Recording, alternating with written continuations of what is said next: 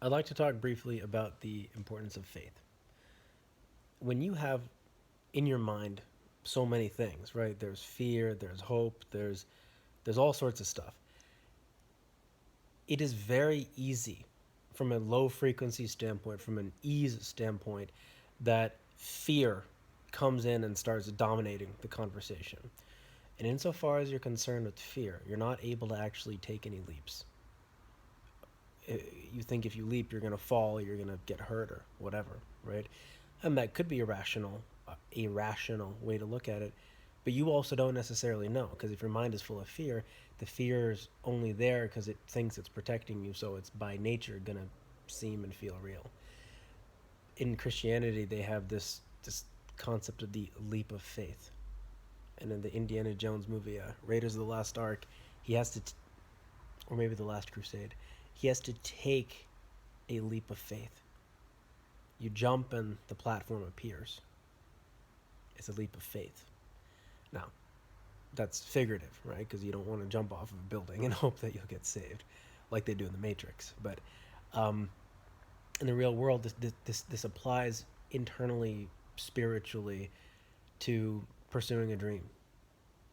So many of the dreamers got what they wanted and more than they thought they could have, like John Lennon, right? And imagine, you may say I'm a dreamer, but I'm not the only one, right?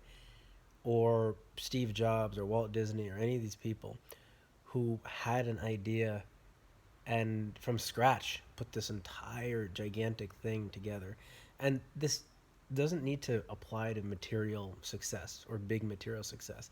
It could be pursuing something internally, a psychological change or a spiritual leap that you'd like to make that you don't think you can.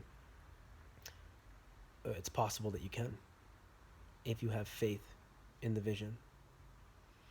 If you see this image with crystal clarity and don't allow the lower vibration fearful thoughts to creep in. Or if they do creep in, which they inevitably will, you simply watch them, allow them, and let them pass without listening to them, engaging with them, or reacting to them. Because once you get into a fear spiral, it's game over. Everything gets dark, and you combat the whole fearful apparatus with more and more tricks, more and more ways to try to get out of it. And when one fear thing goes away, another fear thing occurs. It's about a fundamental relationship you have with the universe. It's an energetic thing, really. Because if you're fearful, oh my God, how many things could happen in the future? I mean, a lot. And as soon as you finish worrying about one, you can worry about another. You can worry about, then you can cook up ones that don't matter. And insofar as you're in fear, you think this actually matters. So having faith, faith in the universe, faith in God, faith in people, faith in yourself, you can make beautiful things happen in your own self, in the world around you. You can become a channel, a conduit of beauty and greatness in the world. And most people live in fear as their baseline state. And there's just very, very, very brief reprieves from it. Do you want to do that? Do you want to operate like that?